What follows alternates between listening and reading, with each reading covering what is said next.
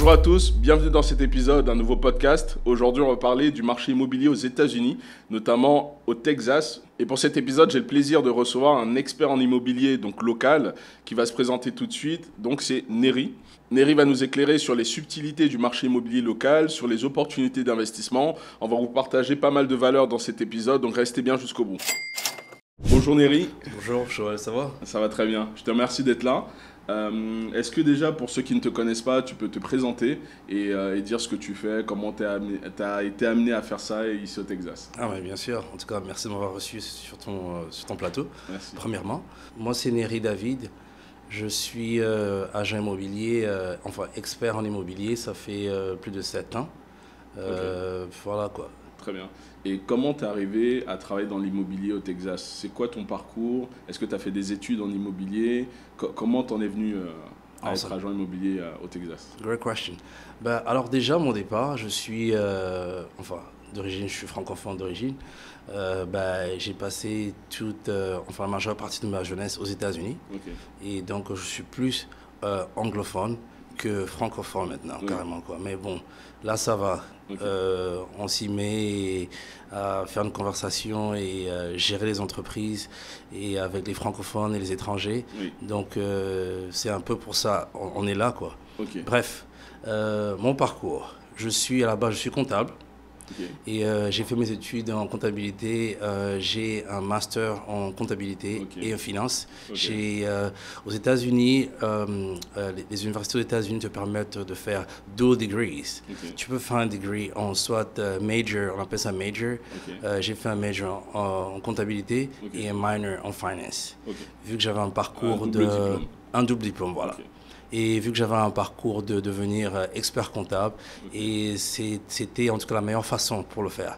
Avoir 2 diplômes, avoir plus de crédit et passer mon examen pour devenir expert comptable. Quoi. Okay. Et comment tu passes de la comptabilité à vendre des biens? Parce que si déjà tu regardes la comptabilité déjà, là on parle des finances, c'est les chiffres.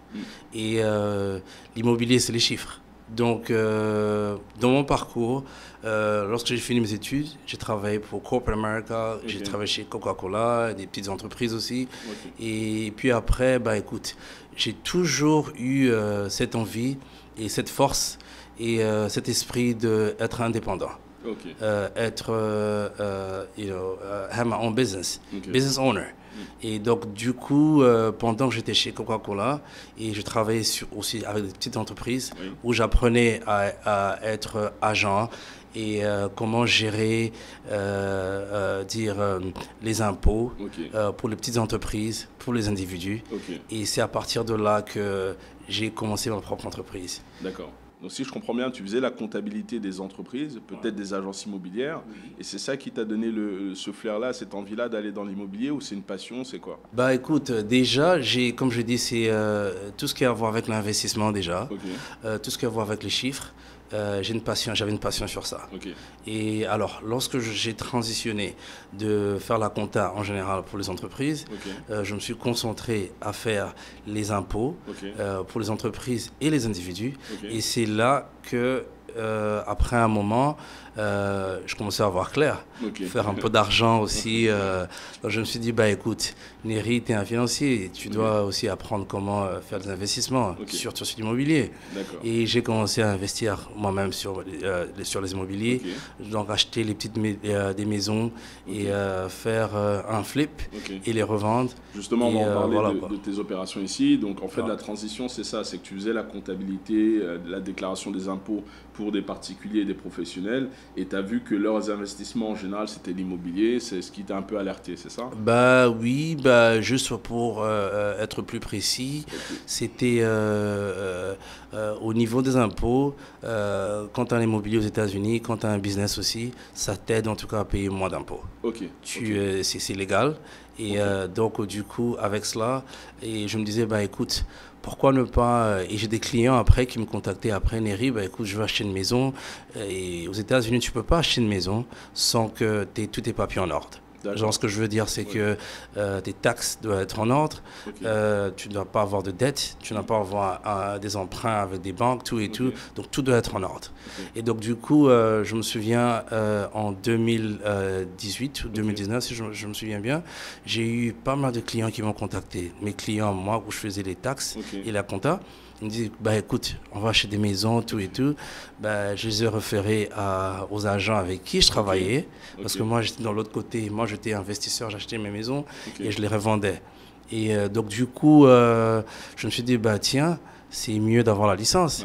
Et comme ça, je peux au moins aussi développer mon business, aussi mon practice. Non seulement faire la comptabilité, les impôts et aussi être agent immobilier. Ok, entendu. C'est vrai que c'est ce que tu me disais hier. Hein. L'anecdote, c'était que tu avais passé énormément de recommandations d'agents immobiliers auprès de tes clients. Je crois que c'était une quinzaine, c'était une quinzaine. Sur une année. Et tu t'es dit, mais en fait, ça peut être un business intéressant de devenir toi-même agent immobilier. Et c'est comme ça que tu as pris la licence. Ok. Et du coup, pourquoi San Antonio? Qu'est-ce qui t'a emmené dans cette ville? Alors, mon parcours, c'était Georgia, Atlanta. Et j'ai quitté Atlanta, je suis allé au Connecticut. C'est au nord vers New York City. Et de New York, je suis venu au Texas. Bah, écoute, déjà j'avais un contrat avec des petites entreprises qui m'ont quand même affrété ici au Texas pour pouvoir gérer, faire l'ouverture d'une boîte de compta. Et donc j'avais accepté le contrat et tout en étant aussi self-employed. J'avais ma propre entreprise et j'ai accepté de prendre cette opportunité.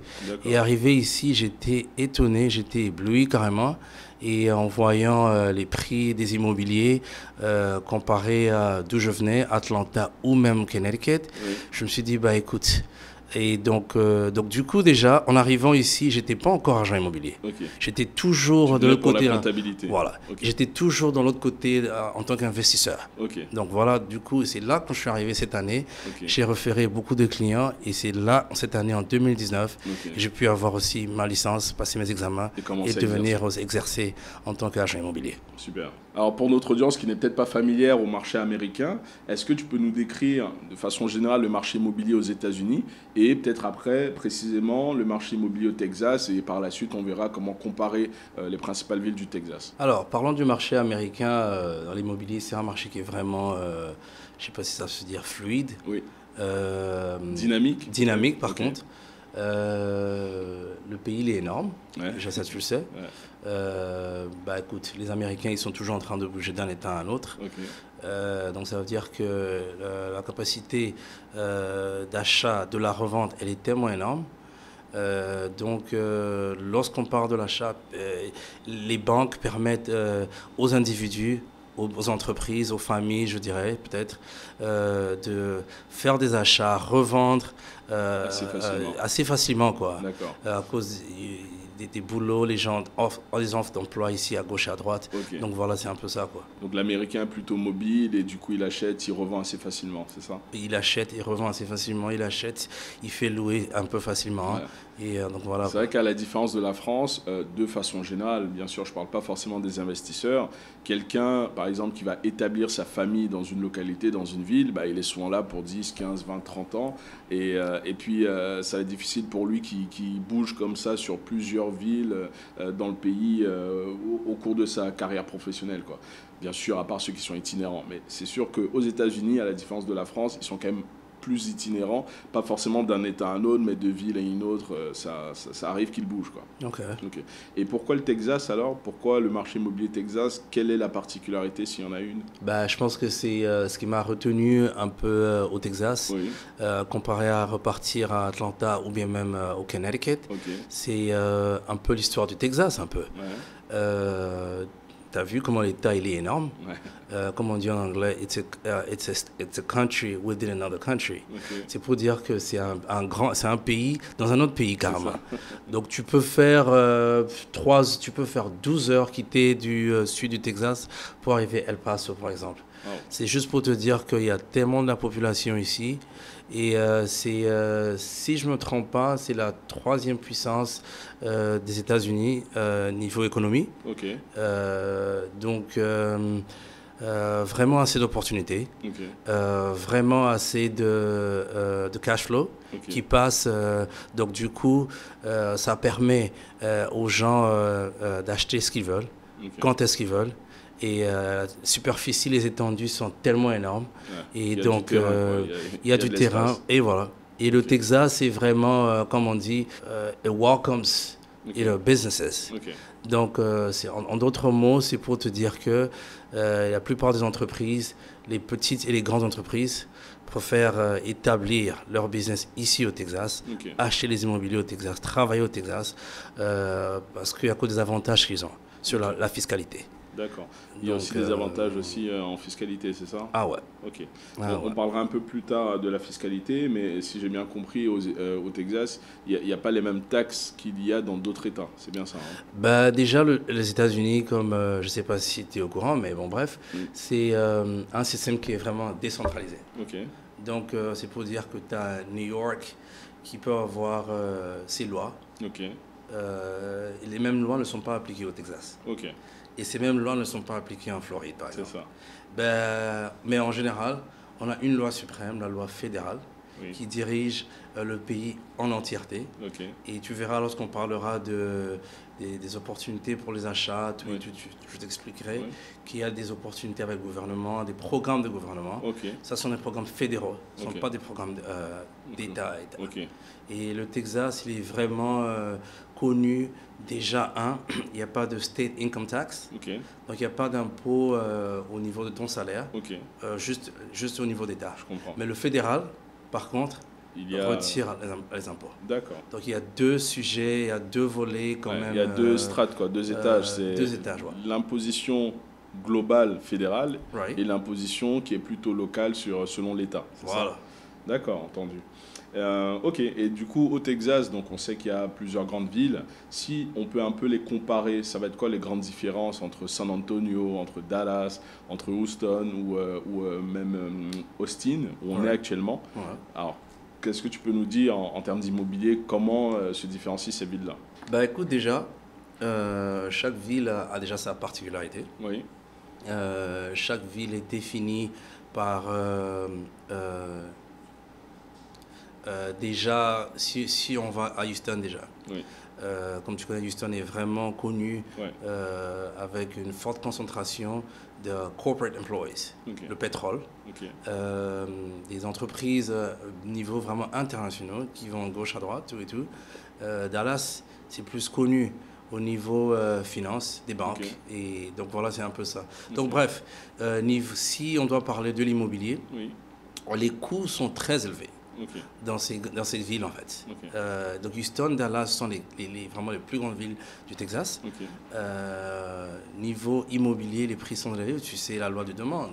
Donc avec toutes ces entreprises, les entreprises qui emmènent leurs employés, les gens veulent déménager dans les plus grandes villes.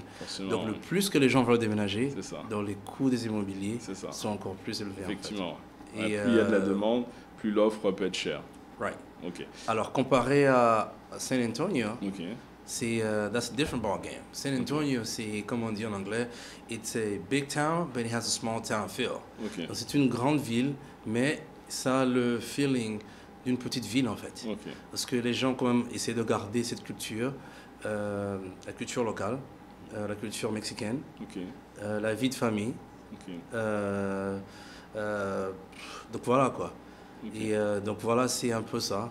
Et il y a beaucoup d'entreprises qui décident maintenant de déménager à San Antonio, parlons de ça, juste parce que le coût de vie est vraiment moins élevé par rapport à Houston, Dallas ou même Austin. Alors qu'on est tous au Texas, mais le coût de vie est vraiment moins élevé par rapport à d'autres villes en fait. C'est vrai qu'à Austin, par exemple, où on est actuellement, où on tourne ce podcast, j'ai vu que Elon Musk avait acheté un domaine ici sur plusieurs hectares pour installer sa famille, et aussi SpaceX. Il y a aussi un projet comme ça à San Antonio, de ce que j'ai compris. Enfin, du moins, il y a de grosses entreprises de la tech qui viennent à Austin. Il y a de grosses entreprises aussi qui s'installent à San Antonio, dans toutes ces villes du Texas. Et comme tu l'as dit juste avant, c'est d'abord parce qu'il y a cette attractivité économique, parce qu'il y a aussi le fait qu'ils vont payer pour leurs employés moins de taxes, si j'ai bien compris. Et c'est intéressant pour ces grosses entreprises de s'installer au Texas. Entendu. Et si on parle aussi peut-être donc de San Antonio, où on a fait quelques visites hier, hein, on vous montrera des images, on partagera aussi à travers un vlog sur la chaîne les visites qu'on a faites. Okay. Donc quels sont les types de quartiers, les types de propriétés peut-être recherchées à San Antonio? Est-ce que tu peux en dire plus sur qu'est-ce qui va intéresser des investisseurs français ou étrangers ou même des investisseurs américains à San Antonio? Alors, je pense que déjà, sur on a parlé tout à l'heure de la culture de San Antonio. Oui. C'est déjà une culture où c'est une vie de famille. Et c'est déjà l'Américain en général, ce qu'on appelle, on a discuté ça hier, on appelle American Dream. Ils aiment en tout cas une maison, une famille, 2 enfants, Oui. de préférable filles et garçons, Oui. et un chien bien sûr. Ok. Donc bien sûr pour accomplir tout ça, si tu as une maison, ils préfèrent une maison à 3 chambres. Ok. Et donc du coup, l'Américain il aime l'abondance. Je pense que déjà, tu as vu comme le Texas, tout est énorme au Texas, il y a trop d'espace. Ouais. So, pas trop, mais il y a assez d'espace pour tout le monde en tout cas. Oui. Quel que soit local, si tu es un investisseur ou quoi, en tout cas, il y a vraiment beaucoup d'espace pour tout le monde à San Antonio. Ok. Et puis, concernant les quartiers, bah, il n'y a pas des noms spécifiques, Ok. genre quartier A, quartier B, on les refère souvent le nord, Ok. le northeast, southwest. Ouais. Ben, les quartiers où j'évite, enfin, on essaie quand même d'éviter à emmener nos clients à acheter des immobiliers, et on évite quand même le south side au San Ok. Antonio. Parce qu'il y a eu quand même niveau d'instabilité, Ok. niveau de criminalité quand même Ok. qui s'est vraiment passé. Le sud, hein, tu vois. Le sud de San Antonio. Mais avec la regentification, c'est ce qu'on appelle, je ne sais pas comment ça se dit en français, le développement où Ouais. il y a eu quand même beaucoup d'acheteurs, beaucoup Ok. d'investisseurs qui Ok. sont arrivés dans ces quartiers, ils ont Ok. acheté des maisons, Ok. ils ont redéveloppé les quartiers et ces quartiers sont devenus quand même vivables. Ouais. Et donc, ça va, les clients sont quand même à l'aise quand même aujourd'hui, Ok. mais c'est pas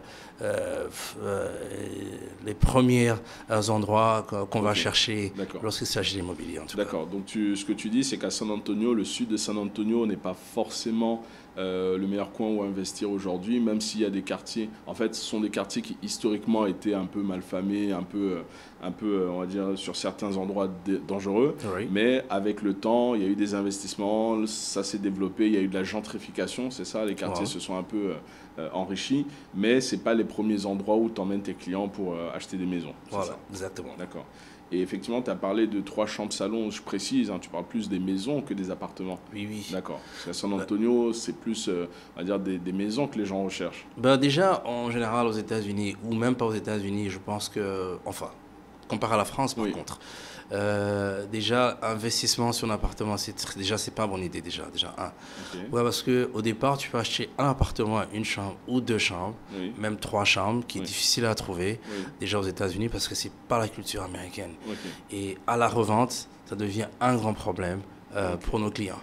D'accord. Donc du coup, on évite de voir, acheter, parce que je t'ai dit, le rêve américain, c'est avoir un jardin, Ouais. c'est avoir 3 chambres, avoir un salon, peut-être avoir une piscine dans la maison, C'est ça. faire une fête. Ok. Donc les appartes, c'est plus pour les jeunes qui sont peut-être encore étudiants, Ok. ben, à la fin des études, hein, ils commencent leur famille aussi. Ok. Donc ils cherchent plus 3 chambres. Et bah, écoute, vu que le Texas est énorme, Ouais. il y a trop d'espace. Tu trouves des maisons à 4 chambres carrément, 5 chambres, voire même 6 chambres. C'est ça. Donc, à la fin, parler appartement, c'est vraiment hors du vocabulaire d'un Américain. Ok. Ouais. Donc ici, ça va être plus des maisons, comme tu dis, avec plusieurs chambres, de l'espace, du terrain, qu'ils puissent voilà, avoir assez d'espace pour eux, pour les familles. Et les appartements, ça va être plus des jeunes qui sont peut-être jeunes actifs, qui rentrent dans la vie et Ouais. qui peut-être veulent faire des investissements aussi. Je pense qu'il y a des familles ou des personnes qui achètent des petits appartements pour des investissements, notamment en location courte durée, Ouais. notamment sur Airbnb, on en parlait hier. D'ailleurs, au Texas, comment se passent les locations courte durée? Comment se passent les appartements qu'on met en Airbnb? Quelle est la réglementation s'il y en a une? Est-ce que c'est intéressant d'investir dans un appartement pour faire du Airbnb? Alors, si, lorsqu'il s'agit de courte durée, par contre, Oui, là, je conseille des clients non seulement chez une maison, mais aussi les appartements. Là, c'est bon. ok, Et vu que c'est l'une des villes maintenant qui est devenue vraiment, vraiment touristique, euh, c'est incroyable. ok, Lorsque j'ai déménagé ici il y a 4 ans passés, c'était pas à ce niveau. Les 2 ans passés, San Antonio a pris vraiment une ampleur. Vraiment, c'est incroyable. ok, Et vu il y a des constructions maintenant partout, juste pour pouvoir recevoir les visiteurs, ok, des familles qui sont en vacances. Et vu qu'il n'y a pas assez d'hôtels, et les gens qui arrivent en retard, ok. ils recourent vers les Airbnb, Ouais, les VRBO, tout et tout, ouais. tu vois quoi. Booking, Et etc. les bookings et tout et tout. Mm. Donc, pour répondre à ta question, pour un investisseur, Oui, bon, s'il veut faire à courte durée, oui, pour faire un Airbnb, oui. qui est vraiment rentable aussi à San Antonio, Ok, et là, je ne conseillerais pas contre ça. ok, Mais ce qui est vrai, c'est qu'on en discute déjà dès le départ, que ça pourra poser un problème à la revente. ok. Ça pourrait rester sur le marché au temps normal. Au D'accord. lieu de 6 mois, ça pourra peut-être rester 8 mois, Ok, d'accord. ou au lieu de 3 mois, Donc peut-être ça 5 se mois. vendra peut-être, mais ça va prendre plus longtemps Plus pour longtemps revendre. qu'une maison. Et en plus, ça va être peut-être plus à destination des investisseurs Voilà. que des familles qui veulent s'installer dans un appartement, quoi. C'est ça. Voilà. D'accord, ok. Et puis en termes de réglementation, justement, Airbnb, est-ce qu'il y a des particularités ici? Est-ce qu'on peut faire? Qu'est-ce qu'il faut faire? Quelqu'un qui voudrait, par exemple, acheter un appartement, tout de suite, il met sur les plateformes Airbnb ou bien est-ce qu'il y a une démarche en particulier à faire? Non, Airbnb, tout le monde est. En tout cas, vous êtes le bienvenu à San Antonio. Parce que Airbnb, déjà, je sais qu'il y a des réglementations partout ailleurs en France, par C'est ça, exemple. On a justement. parlé de ça. De plus en plus. Je me souviens bien à Chicago, tu ne peux pas faire un Airbnb si tu n'es pas le propriétaire de la maison. Ok. Tu dois être le propriétaire. Ok. Quand je parle de propriétaire, je ne parle pas de louer ou quoi. Oui. Tu dois l'acheter. Ok, Donc, par contre, à San Antonio, la seule chose à faire, c'est soit si tu peux louer aussi l'appartement, ok, sous-louer l'appartement, ok, c'est faisable. ok, Mais tu dois, lorsque tu es sur la plateforme de Airbnb, ok, tu dois aussi t'enregistrer avec le City of San Antonio ok, pour avoir un numéro, on appelle ça HAT tax, H-O-T. ok, Ça veut dire Hotel Tax. ok, Ça a commencé il y a 3 ans ok. parce que les hôtels se plaignaient. Ouais, Disaient que, Il y a une écoute, concurrence il y a une déloyale. concurrence, ok, eux, ils ne payent pas les taxes Ok. d'hôtel, mais nous, on paye les taxes d'hôtel. ok, Donc aujourd'hui, tu peux venir de la France, tu peux venir d'Afrique, Ok. du Brésil, ok, acheter ta maison, ok. acheter ton appartement, même louer ton appartement, Et sous-louer derrière. et tu sous-louer derrière. Ok. Tu le mets sur la plateforme Airbnb, mais éviter d'avoir des problèmes avec l'État fédéral ou même l'État du Texas. Ok, Donc ça veut dire quoi? Que tu dois t'enregistrer dans le City of San Antonio. ok, Tu as un numéro ok, et chaque mois, ce numéro-là est connecté avec le numéro de ton Airbnb. ok. Et quand tu reçois les paiements, ils savent tout ce qui se passe déjà. D'accord. Et tu dois payer ta portion des impôts Ok. comme les Auprès hôtels de- font. Ouais, Auprès de la ville. auprès de la ville, D'accord. comme les hôtels et font. Et tu payes tous les mois. Tu payes tous les mois. Comme les hôtels font, très bien. Ouais. Donc, si je comprends bien, comme tu disais pour l'exemple de Chicago, tu as la possibilité de louer sur Airbnb que si tu es propriétaire. Oui. Mais si tu veux louer pour sous-louer derrière, c'est impossible.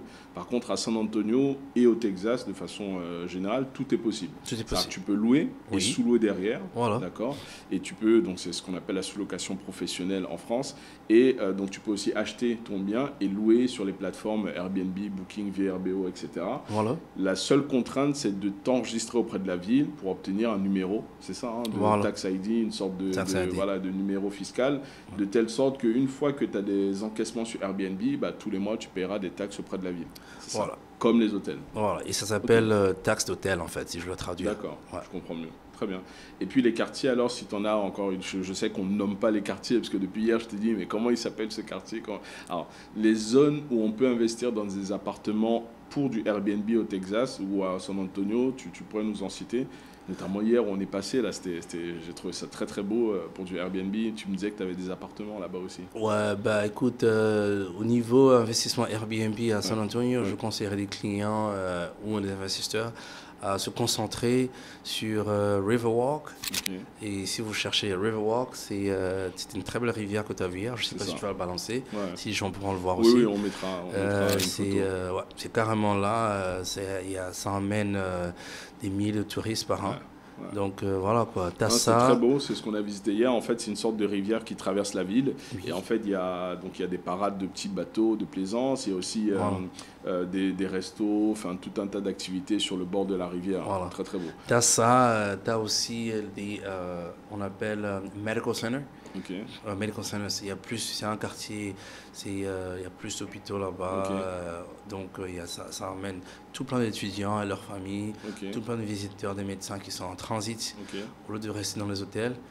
Une chose on a remarqué en tout cas dans l'immobilier, que les médecins qui voyagent beaucoup, ils préfèrent rester dans les Airbnb. Donc voilà quoi. Ça marche. Donc ce sont ces deux quartiers, Riverwalk, Medical Center area et aussi downtown carrément en général. Parce que c'est facile, easy access. Tu as ton chez toi, tu vas te promener, faire la fête au Riverwalk, tu peux marcher, ou tu prends le scooter, ou tu prends un vélo. Tu n'es pas nécessairement forcé de prendre ta voiture ou un Uber, non. Et je crois que tu me disais aussi, pas loin des sortes de stades que vous avez, notamment à côté du stade où il y avait l'équipe de NBA, avant à San Antonio. Tu me disais aussi, pas loin des salles de concert, enfin du moins tous les lieux où il y a des attractions qui attirent les touristes, c'est intéressant d'investir là-bas. Oui, parce que la bonne chose, c'est qu'à San Antonio, toutes les sites touristiques, la plupart sont vraiment concentrés en centre-ville. Donc, tu as les stades où les Spurs jouent une basketball game. Tu as Alamo Heights. Ce fut le stade des Spurs dans le passé. Ben, on les a construits un nouveau stade maintenant. Donc, on utilise ça maintenant Alamo Heights pour des concerts. Et de Alamo Heights jusqu'au Riverwalk, c'est à pied 5 minutes. Donc, il y a des maisons tout autour. Et moi, j'avais 2 immobiliers avant de les vendre. C'était juste dans le coin, dans le barrage. Tu as vu hier. Donc de là, si tu as un Airbnb, là, c'est facile. S'il y a des concerts, tu marches, tu vas au concert. Et quand tu filmes, tu rentres chez toi. Ou tu vas te promener en centre-ville, tu peux le faire à pied. Donc, et d'ailleurs, si justement on parle un peu plus concrètement des biens en Airbnb, à comparer par exemple aux biens en location longue durée, quels vont être les chiffres? Par exemple, si tu peux nous partager par exemple les chiffres d'un de tes appartements, combien pour un appartement, par exemple 2 chambres salon sur un endroit comme le Riverwalk où c'est intéressant d'investir sur du Airbnb, le même appartement en location longue durée, combien ça peut rapporter par mois? Bah écoute, ça dépend aussi des saisons. Tout ce que j'ai remarqué ici, ça fait 3 ans que je fais le Airbnb à San Antonio. Alors j'ai remarqué les saisons qui sont vraiment mortes, je dirais c'est novembre. Début novembre et c'est tout. Parce que décembre, ça pick up. C'est les fêtes. Tout le monde vient visiter Riverwalk. Ils viennent voir la décoration pour Noël. Octobre, c'est des fêtes, c'est des concerts. C'est Halloween que tu as vu hier. L'été, à San Antonio, je ne sais pas si je t'ai dit, mais c'est l'une des destinations maintenant pour les familles pour venir visiter à cause des water parks, il y a les parcs d'attractions, les zoos, il y a tellement d'activités pour des familles ici, en tout cas à San Antonio. Je pense que pour répondre à ta question, en termes de chiffres sur le Airbnb, écoute, si tu as un appartement à 2 chambres, déjà, tu as un nombre de chiffres, tu connais comment ça se passe. Déjà, le coût de la location, tu peux avoir un appartement ici à 2 chambres. J'ai des appartements où je loue, le maximum, je paye $1 500. Donc, par mois en été, en tout cas, j'essaie de viser les gens qui viennent pour à durer longtemps. Genre, ils viennent pour tout l'été ou 6 mois. C'est ça mes goals, quoi. J'ai quand même pu aussi avoir quelques appartements où c'était par mois, donc facilement 2 000 à 2 500 $ par mois que tu peux faire facilement après avoir payé la location. Non, je dirais peut-être juste la location. Et les charges, l'électricité, l'eau, tu payes pas, l'internet.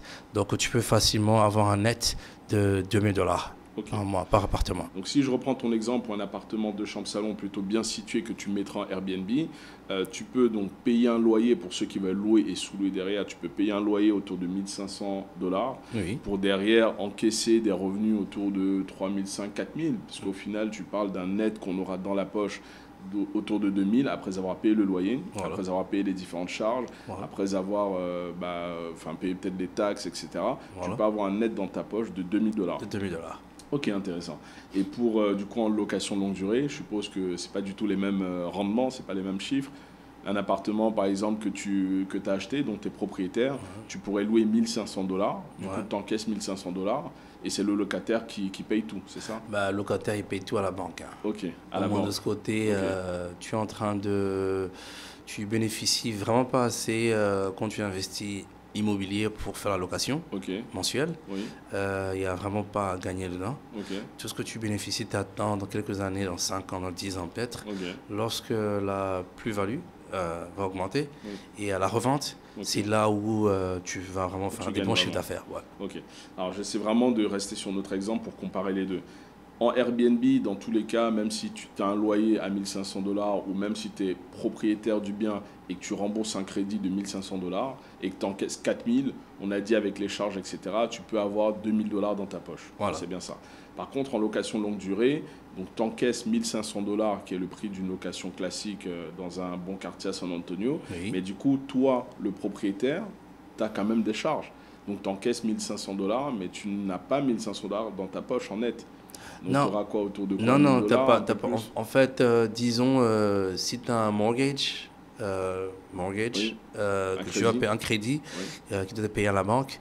Alors, ce qu'on essaie de faire comprendre aux clients, que lorsque tu fais l'investissement d'immobilier, il y a deux points, il y a deux volets dessus. Soit c'est juste pour revendre la maison, Ok. ou soit, je dirais peut-être trois, revendre la maison, soit de faire Airbnb, ou soit juste un client mensuel normalement. Location Tu vois, classique. location classique.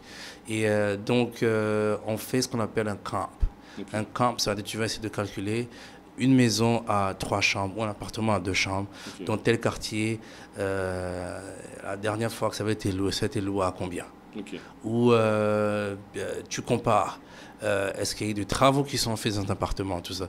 Donc c'est un travail que moi, l'agent, que je dois faire, je dois calculer. Je mets D'accord. tous les chiffres, essayer de voir en fonction de ça, Ok. c'est le prix du loyer va être déterminé. Ok.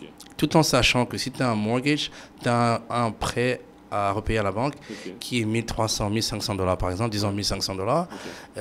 et que si ton camp, ça revient 1400 dollars, écoute, Tu dois faire tu 100 dois dollars soit d'effort de d'épargne, 20 100 de dollars, remboursement en plus. c'est pas beaucoup parce que c'est toi qui vas bénéficier dans le futur. Oui. Ou soit tu le mets carrément à 1500 dollars. Ok.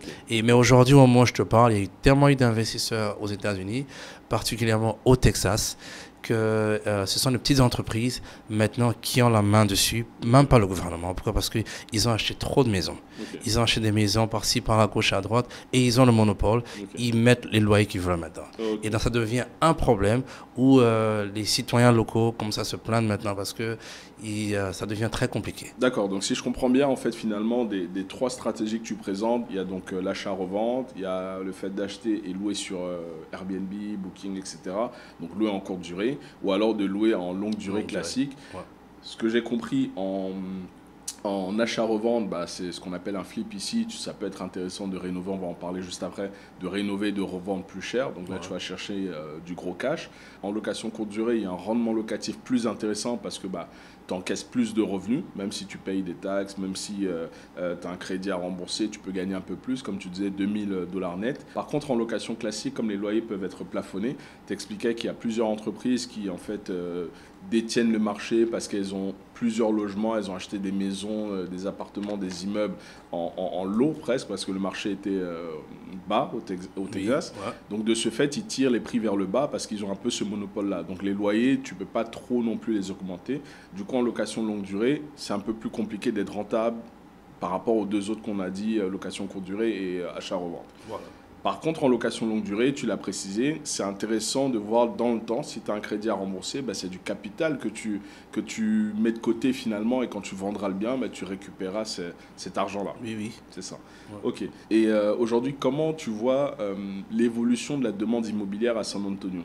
Est-ce qu'elle est plutôt en augmentation? Est-ce qu'elle est plutôt en baisse? Je parle vraiment des gens qui cherchent à acheter, des gens qui cherchent à louer. Et est-ce que peut-être il y a des projets aussi à San Antonio, au Texas de façon générale, qui feraient que ça attirera de plus en plus de gens? Bah écoute, je pense qu'on a parlé de ça hier, toi et Oui. moi aussi. Sur le niveau, il y a eu une évaluation qui a été faite au niveau de construction aux États-Unis. Oui. Et la construction qui se fait chaque année. Et 50%, je dis bien 50% de la construction est faite ici au Texas, Waouh. sur tout l'étendue des États-Unis. Ok. Donc, et ces 50% du Texas, c'est Houston, Dallas et San Antonio. Ok. Ouais. Et c'est juste pour te montrer qu'il y a une forte demande d'immobilier, par contre, au Texas. Ok. Il y a beaucoup de gens ont découvert, c'est un peu tard maintenant, mais bon, mieux vaut tard que jamais, que c'est un État où il n'y a pas de income tax. Et les entreprises ont remarqué qu'ils peuvent acheter à bas prix et revendre à des prix très élevés, par contre. Et donc, il y a vraiment une forte demande. Il y a des constructions qui se font partout de gauche à droite. Tu as beaucoup de builders qui sont là, constructeurs, voilà, qui aident aussi des acheteurs, des familles à acheter, et ils jouent le rôle de constructeurs et en même temps des banques. Que je comprenne bien, que l'audience comprenne bien ce point-là. Donc les sociétés qui construisent des biens vont aussi proposer du financement pour ces biens-là, c'est ça? Voilà. Donc ils sont constructeurs mais aussi financiers. Voilà. D'accord. Voilà. Et c'est intéressant de passer par ces projets-là, des programmes neufs? Ben écoute, ça c'est une très bonne question. Tu sais pourquoi? Parce qu'il y a beaucoup de gens qui se demandent, ben écoute, en ce moment, la chose qui est en train de bouleverser l'Amérique, c'est les taux d'intérêt. Je ne sais pas si tu as su ce qui s'est passé il y a 2 ans. Il y a eu ce bouleversement, la baisse de prix de taux d'intérêt pour les mortgages. C'est parti des crédits, c'est parti de 7% à 3%. Et il y a 2 ans passés, tu pouvais mettre une offre aujourd'hui pour l'immobilier. Dans 30 minutes, la maison est vendue. Parce qu'il n'y avait plus de maison. Parce que les gens achetaient à gauche et à droite. Donc, à 3%, tout le monde se ruait pour acheter des biens. Ouais. Et donc, mais là, en ce moment, les taux d'intérêt qui est normal, normalement, ça donne un G de 6 à 7%. Ça, c'est le taux d'intérêt normal, en fait. C'est ça, en fait, aux États-Unis. Et bref, là, vu que ça a augmenté à 7%, ça nage entre 6,5, 7%, des fois 7,5, voire même que c'était reparti jusqu'à 8%. Et les gens n'achetaient plus les maisons. Le client américain veut toujours acheter les maisons. Donc, les constructeurs ont trouvé une stratégie, en tout cas par contre, ils construisent les maisons et ils jouent le rôle en même temps de financier. Donc, ils offrent les propriétés, l'immobilier, 400 000 $ par exemple une maison, ou 300 000 $. Et enfin, aussi en passant la moyenne maison ici à San Antonio, comparée à Houston, Dallas, en tout cas la moyenne de prix c'est 300 000 $. Et la moyenne à San Antonio. Houston et Dallas c'est 400, 500 000 déjà. Et voyons plus même. Là on parle des maisons qui sont déjà saines, qui sont intéressantes, où il n'y a pas de gros travaux. Ouais, là on parle des maisons construites par les constructeurs. Ah, on parle des maisons neuves. Les maisons neuves. D'accord, donc 300 000 à San Antonio, plutôt 400, 500 000 dans les autres grandes villes. Dans les autres grandes villes. Mais à comparer aux banques justement, si les banques sont à entre 6 et 7% de taux d'intérêt, qu'est-ce qui est intéressant de passer par les financiers et constructeurs? Très bonne question. Ils ont ce qu'on appelle les incentives. Les incentives, ça inclut, parce que lorsque tu achètes une maison aux États-Unis, et le prix de vente, ça peut être, disons, 300 000 $ par exemple. Ça, c'est juste le prix de vente que tu dois payer à la fin, mais tu as des frais qui accompagnent ça. Il y a les impôts qui doivent être payés, il y a les assurances qui doivent être payées, il y a les frais de notaire. Les frais de notaire. Plus, avocat spécialisé, voilà. C'est plus passer par un avocat. Et voilà. Et à la fin, si c'est ta première fois d'acheter une maison, d'une maison qui coûte 300 000 $, c'est quand même, ça revient, il y a trop de coûts qui s'ajoutent après. Et donc, les constructeurs, ils ont un programme où ils t'aident, c'est ce qu'on appelle les incentives.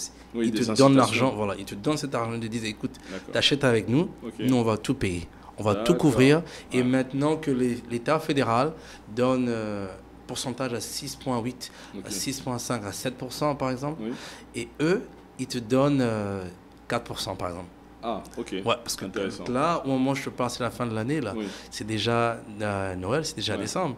Donc ils veulent écouler ils doivent liquider leur maison, ils doivent liquider pour avoir moins de inventaire. De stock, Ouais. Donc pour ça, ils vont non seulement rabaisser les prix, et aussi ils vont soit rabaisser les prix ou rabaisser encore le taux d'intérêt pour pouvoir liquider les maisons. Donc si je comprends bien, une banque classique va te proposer 6-7% de taux d'intérêt. D'accord. Tu vas acheter un bien, par exemple, à San Antonio, une maison neuve ou on va dire très récente à 300 000 $. Et en plus des 300 000 $, il faut payer les frais annexes, frais de notaire, etc. D'accord. Donc maintenant, le constructeur des programmes neufs va t'inciter à passer par lui parce qu'il va te proposer un prix donc, de 300 000 $ pour une maison, mais il va te financer les frais annexes, c'est-à-dire que tu ne les sors pas de ta poche, c'est lui qui les paye, c'est ça. Frais de notaire, d'avocat, frais annexes, etc. Et en plus de ça, au lieu de 6-7%, il te propose 4%. Voilà. Wow, ok, je comprends. Donc, ça a un intérêt de passer par les programmes neufs. Et je pense que c'est là où il y a la plus grande compétition maintenant en ce moment-là, entre des constructions neuves qui viennent des constructeurs ou des maisons déjà habitées et des familles décident de revendre leur maison. Et c'est là où il y a vraiment la plus de compétition, en fait. C'est vrai qu'à la différence de la France, où on a plus, pour les programmes neufs, on va dire moins d'intérêt, surtout pour un investisseur, d'acheter, parce que quand tu achètes du neuf, le prix est en général au-dessus du prix du marché. Donc pour une maison qui coûte dans l'ancien peut-être 5-10 ans d'ancienneté, la maison va coûter 250 000 €. Le programme neuf va coûter tout de suite 300 000 €. Tu vois, donc tu vas acheter 50 000 € plus cher, donc au-dessus du prix du marché. Et finalement, quand les années vont passer, donc pareil, quand le temps va passer, par exemple 2-3 ans plus tard ou 5 ans plus tard que tu as acheté ton programme neuf, il ne vaudra pas le même prix que le neuf, tu vois. Il vaudra forcément comme une maison dans l'ancien, sauf que la maison dans l'ancien, les prix commencent à 50 000 € moins cher.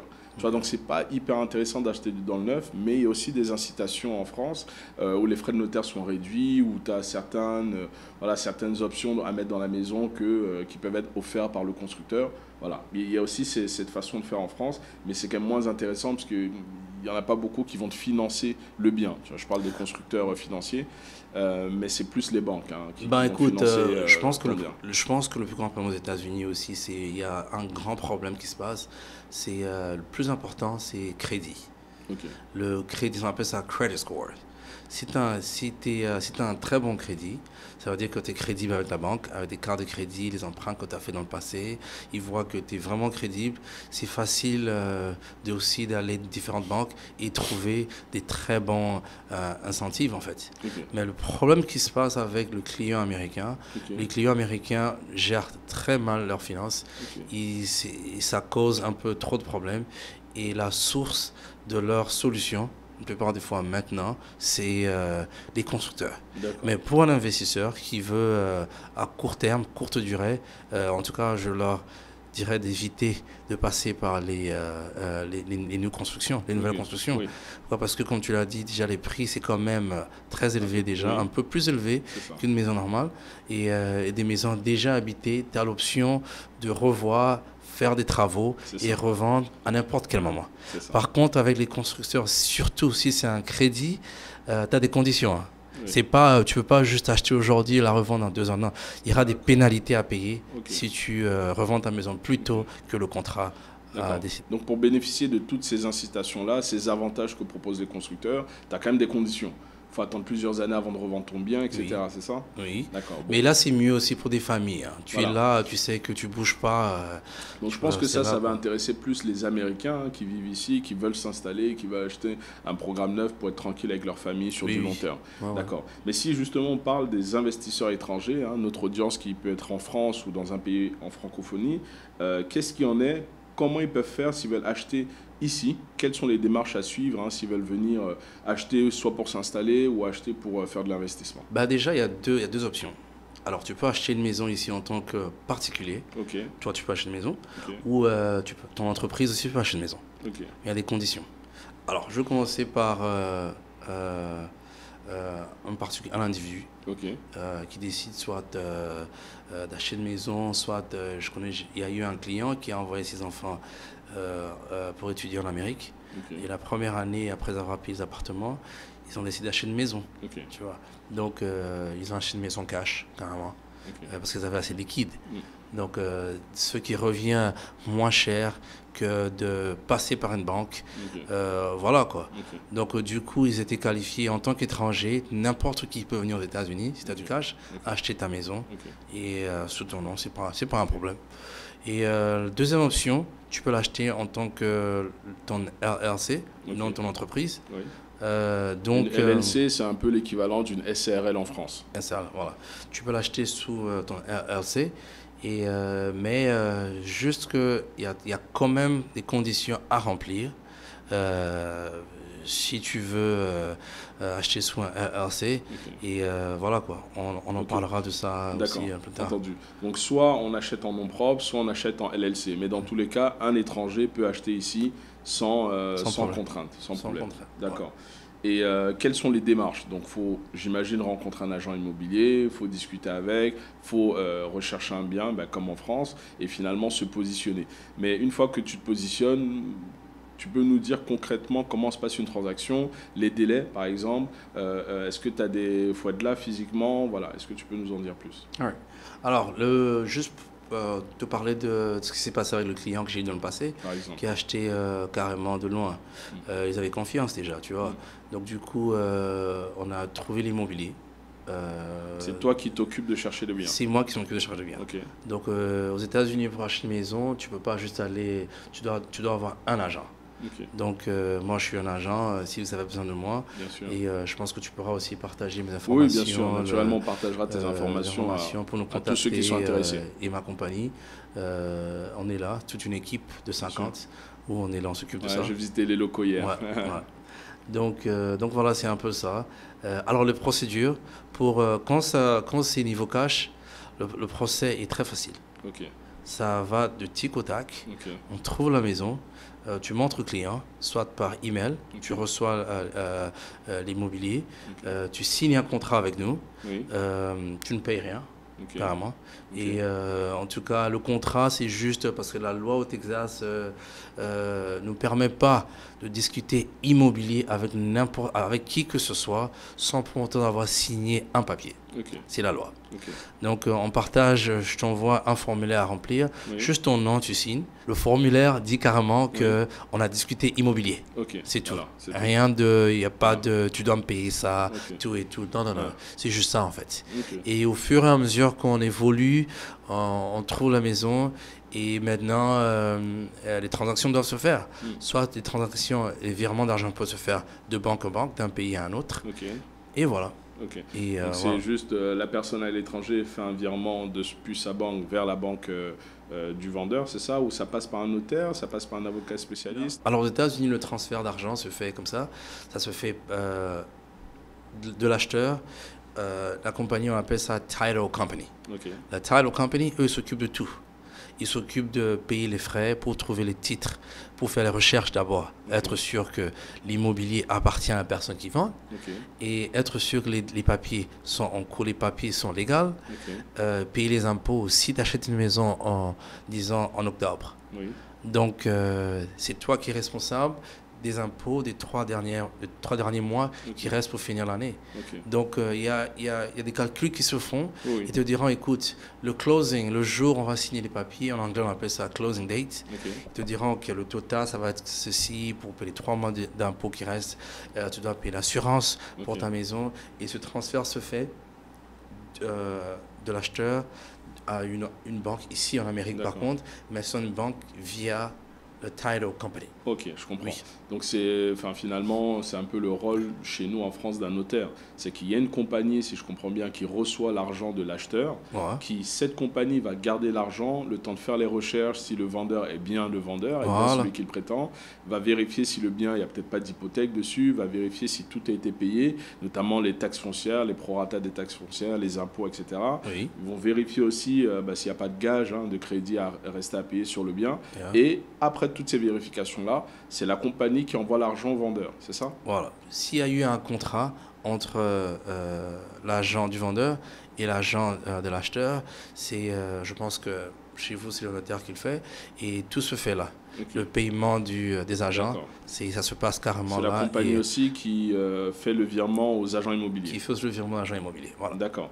Et cette compagnie, qui la trouve en fait? C'est le vendeur qui propose une... Lequel agent? L'agent du vendeur, l'agent de l'acheteur? Alors, c'est l'agent du vendeur. Qui trouve la compagnie. Ouais. Est-ce qu'on est obligé, en tant qu'acheteur, de passer par cette compagnie?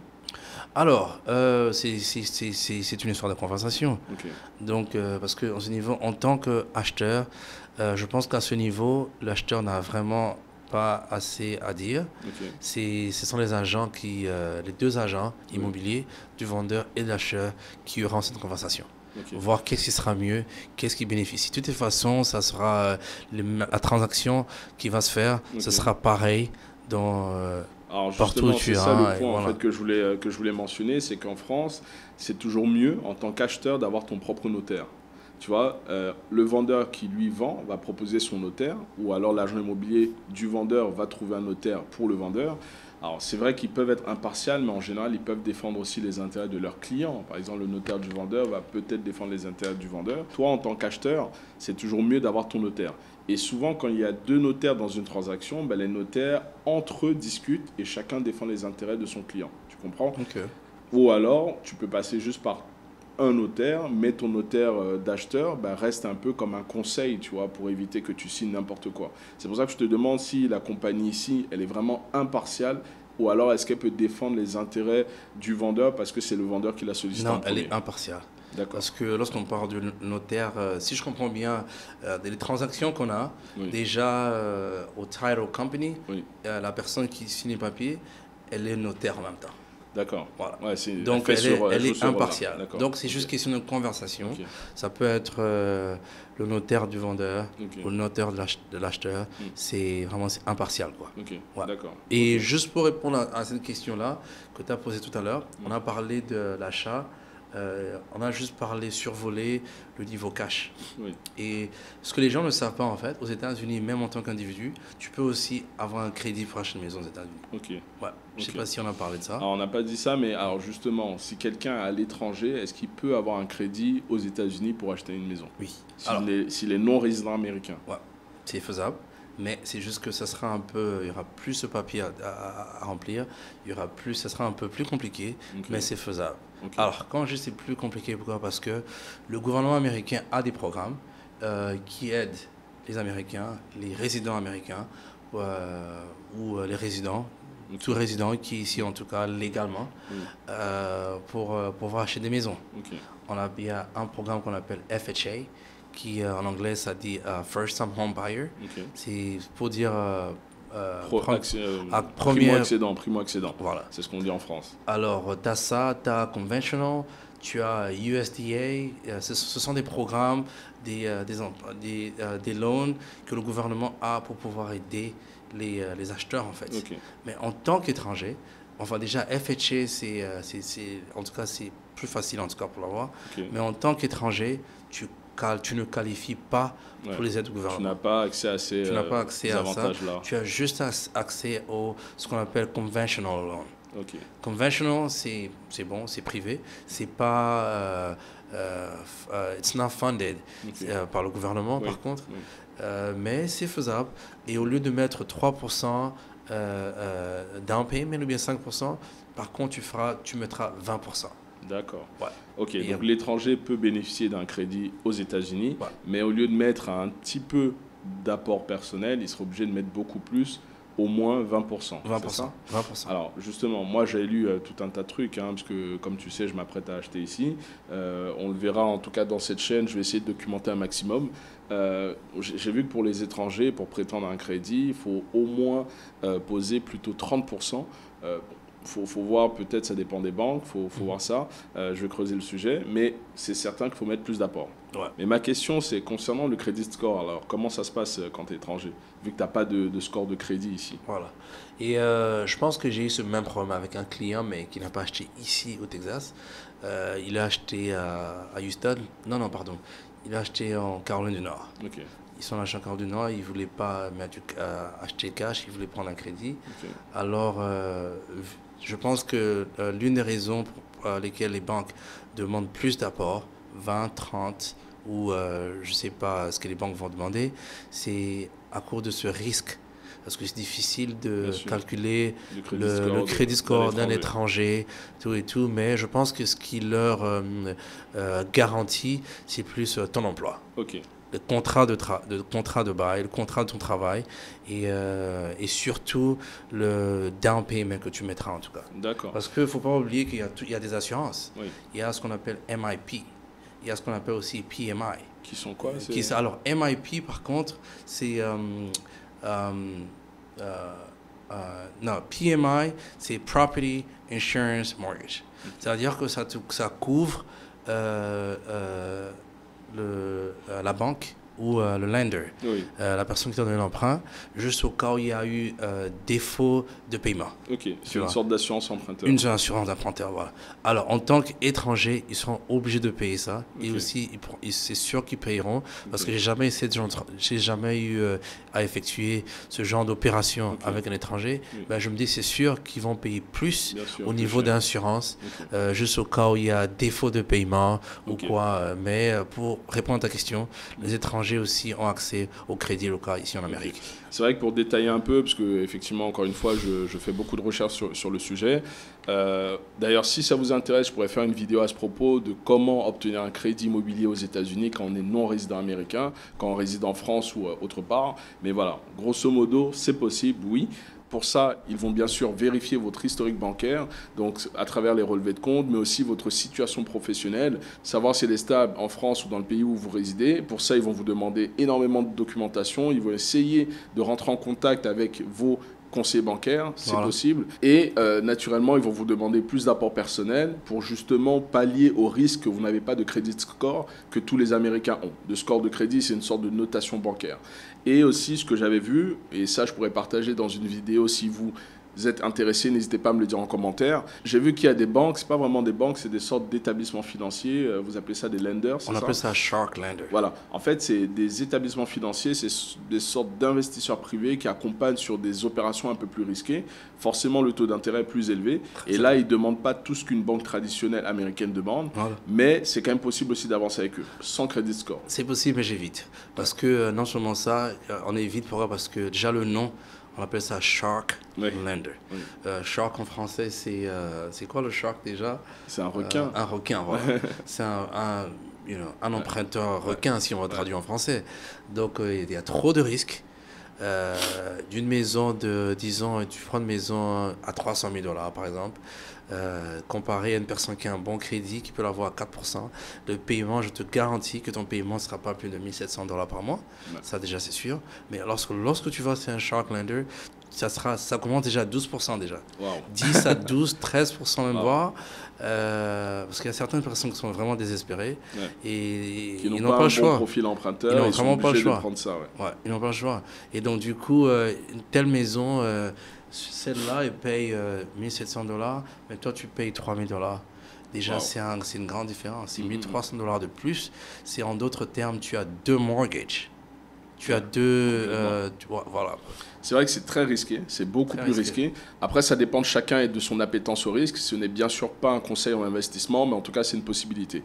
Et j'avais aussi regardé, et ça, je me documente là-dessus en ce moment, parce que j'ai rendez-vous aussi avec des banquiers ici. Il y a des possibilités, même si tu n'as pas de carte de crédit qui te permet d'avoir un credit score aux États-Unis, il y a notamment des astuces, on va dire ça, c'est pas très officiel, mais typiquement, si tu es une American Express en France, en fait, il y a des programmes programme via American Express de cumuler en fait avec ton utilisation de la carte des points qui te permettent en fait une fois aux États-Unis de convertir ces points en credit score. Alors de ce que j'ai lu, de ce que j'ai compris, c'est possible. Donc j'ai contacté American Express pour justement en savoir plus. Pareil, je pourrais vous faire une vidéo à ce propos si vous êtes intéressé. Mais c'est possible d'être en France avec une Amex, une American Express, et d'avoir une sorte de carte de crédit qui te permet d'avoir un credit score une fois aux États-Unis grâce à l'utilisation de ta carte Amex. Bah écoute, je pense que de ce côté-là, tu as peut-être raison. Oui. Bah, parce que je pense que pour l'acheteur européen, l'investisseur européen peut-être, je dirais, c'est pour être honnête, je pense que ça va être un peu au niveau checker le crédit ou développer une structure pour trouver le crédit. Je pense que ça sera un peu plus facile pour l'investisseur européen que partout ailleurs, Amérique du Sud, d'Afrique ou bien, je sais pas moi, je pense. Oui.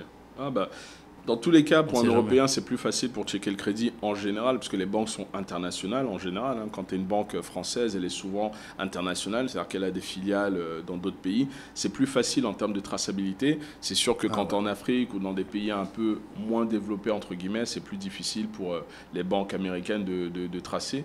Mais bon, dans tous les cas, bon, on sait qu'il y a des possibilités. Ça sera à la personne qui est intéressée d'investir aux États-Unis de creuser le sujet. Et puis nous, dans cette chaîne YouTube, on pourra aussi vous apporter pas mal d'éléments sur ce sujet. Pour continuer, peut-être conclure sur ce point-là, quels sont les conseils spécifiques que tu donnerais à quelqu'un qui veut investir ici? Alors justement, quelqu'un d'étranger qui vient pour investir ici. On a parlé d'apport personnel, on a parlé d'acheter en nom propre ou en société. Est-ce que tu penses qu'il faut prioriser une façon plutôt qu'une autre? Quels sont les conseils si concrètement je veux investir ici? Alors je dirais peut-être que sur ce volet, il y a 2 points par contre. Je pense que c'est un peu difficile pour moi de répondre à cette question. Oui. C'est le genre de question où je discute avec le client, je leur donne des options et je leur dis, écoute, c'est à vous de ça dépend de son profil. Ça dépend de votre profil en fait. Parce qu'on a parlé niveau impôt par exemple. On a parlé du niveau d'investissement, on a parlé du niveau d'achat. En tant qu'individu, tu peux acheter facilement, cash. Même quand tu as ton business, tu peux acheter cash. Mais niveau faire un emprunt à la banque, ça devient plus compliqué en tant qu'individu pour avoir certaines aides du gouvernement ou certains prêts de banque. Tu vois un peu. Donc, de ce niveau-là, c'est un peu compliqué pour moi pour répondre à cette question. Mais je dirais, par contre, je conseille des clients qui ont le plus de cash. Si tu as du cash, tu as vu ce qui se passe avec la regentification. Les maisons sont vraiment pris vraiment bas et au fur et à mesure que les gens continuent à déménager à San Antonio et au Texas en général, ces prix continuent à augmenter. Je pense qu'il est temps pour un investisseur, vous avez de l'argent quelque part, vous ne savez pas quoi faire avec, vous voulez de l'aide pour pouvoir investir votre argent. Vous n'êtes pas obligé de rester en votre maison. On s'occupe de l'achat, on s'occupe de la revente et on vous accompagne jusqu'à trouver des clients pour louer aussi votre maison, si vous voulez, et aussi à flip vos maisons. Et donc, je conseillerais peut-être que si vous avez du cash, essayez de voir dès que possible, parce que l'immobilier à San Antonio continue à augmenter et ça ne va pas rabaisser, en tout cas pas maintenant. Ok. Alors, avant de parler de comment justement tu accompagnes les clients ici et peut-être les taux, les commissions que vous appliquez, comment tu estimes une valorisation d'une maison? Par exemple, si on a acheté une maison en 2020, aujourd'hui elle vaut sûrement un peu plus en 2024, mais comment est-ce que tu peux estimer ça? Est-ce qu'il y a des sites internet que tu peux nous partager? Est-ce que toi, ton travail d'agent immobilier, c'est sûr que tu as une expertise qui te permet de facilement le faire, mais est-ce que tu as des outils à nous conseiller? Est-ce que tu as des choses que tu peux nous partager? Alors la question elle est simple, ça c'est mon travail à moi. En tant qu'agent, donc quand je t'accompagne, je suis sûrement et certainement, j'ai assez de connaissances lorsqu'il s'agit des finances immobilières.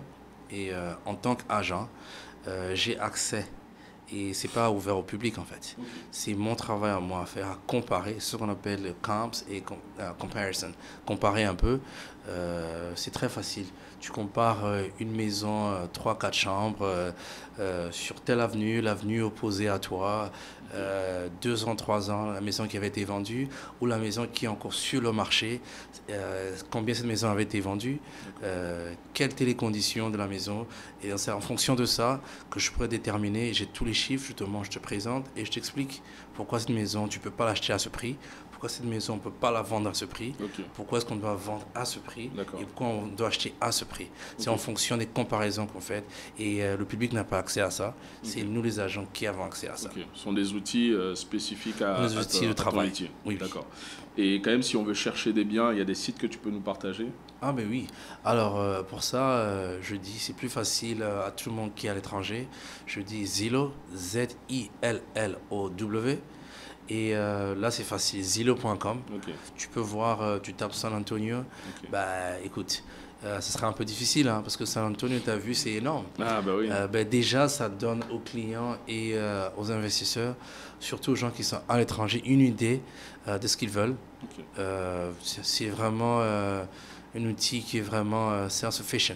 Tu peux changer le nombre de chambres que tu veux, piscine ou pas piscine, superficie que tu veux, plusieurs critères en tout cas. Déjà, je pense que c'est la seule chose que je fais et pour donner à une personne qui n'est pas agent. Mais nous, en tant qu'agent, on utilise d'autres softwares.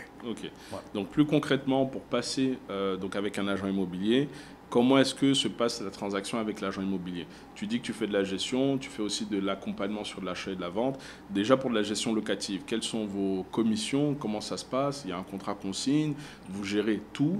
Il y a des choses que vous ne gérez pas? Enfin, comment ça se passe? Alors au niveau de la gestion, on a quelques opportunités d'où on parle au client.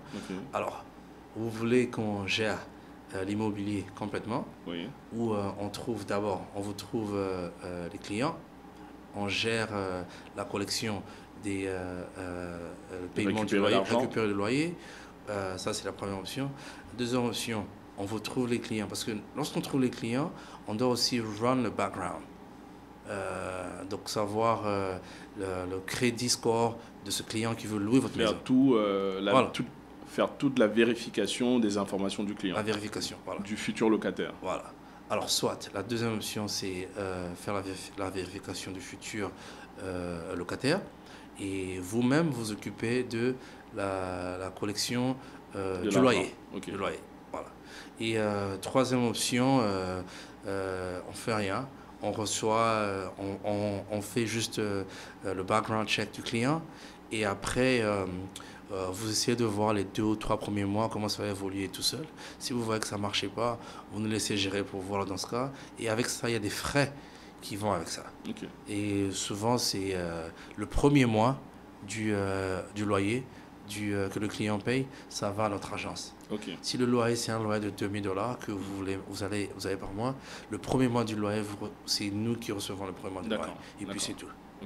Et ça, c'est pour l'option basique, c'est ça, vous encaissez un mois de loyer, c'est tout? Alors, concernant la gestion, et lorsqu'on parle de la location basique, ça c'est où on s'occupe de run le background du client. Donc faire les vérifications, du futur locataire, voilà. Et vous-même vous occupez de recevoir l'argent, recevoir le loyer tous les mois. S'il y a un problème, il y a l'eau chaude qui ne sort pas, quelque chose s'est cassé ou quoi, vous vous occupez de tout vous-même. Voilà. Et là, dans ce cas, on reçoit 50% de quoi? Du premier mois de loyer. C'est tout. Et après, vous-même vous continuez. Si vous voulez l'autre option, c'est que nous, on va run le background du futur locataire. On prend le premier mois du loyer, on prend tout le loyer. Et le contrat, normalement, ça commence 12 mois, 13 mois, et ça continue, quoi. Et si le client signe 12 mois et il veut encore renouveler le contrat au 13e mois, et ce 13e mois, nous, on va encore prendre le premier mois du loyer, en fait. C'est pour ça. Mais on gère tout. On gère récupération du loyer, s'il y a un problème, fixer quelque chose s'est cassé, on fait tout. Et on vous donne le rapport à la fin du mois, en fait. D'accord. Alors, j'essaye de bien comprendre. Vous encaissez le premier mois de loyer, donc 100%. Et vous n'encaissez plus rien après pendant 12 mois? Pendant 12 mois, ouais. Ok, d'accord. Donc, c'est pas quelque chose, une commission que vous encaissez tous les mois, par exemple? Non, pas du tout. En France, c'est ça, c'est un pourcentage du loyer que les agences encaissent tous les mois. Donc ici, soit il y a deux options, soit donc vous faites juste les vérifications du futur locataire. À ce moment-là, vous prenez 50% du premier mois de loyer Oui. et le client, votre client bailleur se débrouille, il gère son bien comme il veut. Oui, oui. Soit la deuxième option, vous prenez un mois entier le premier mois de loyer, donc 100% de l'argent du premier mois de loyer. Par contre, vous faites tout. Vous faites le check-up complet en tout cas des vérifications des informations du futur locataire et vous gérez aussi le bien sur les 12 mois à venir. Voilà. Très bien, entendu. Et concernant l'achat, la vente, comment vous accompagnez les clients et quelles sont les commissions? Alors là, par contre, c'est un processus qui est vraiment vigoureux, si je veux dire. Oui. Et c'est vraiment très important parce qu'il y a beaucoup de papiers à remplir avec l'État, le fédéral, les banques. C'est vraiment un processus, surtout pour les personnes qui veulent acheter une maison aux États-Unis la première fois. C'est très important. Okay. Moi, en tant qu'agent, je suis là dès le départ, dès le point A, jusqu'à la remise des clés. Okay. Donc, vous signez un contrat avec nous. Si vous voulez acheter une maison, vous signez un contrat avec moi, vous me dites écoutez, Néry, je veux une maison qui coûte 300 000 $. Et dans le passé, les vendeurs mettaient leur commission sur le net. Donc, soit ils vont payer 3% de commission à la vente de la maison si j'apporte l'acheteur. L'agent immobilier, tu veux dire? L'agent immobilier met 3% de commission. Le vendeur. L'agent immobilier du vendeur? Ouais. D'accord, ouais. ok. Il met 3%.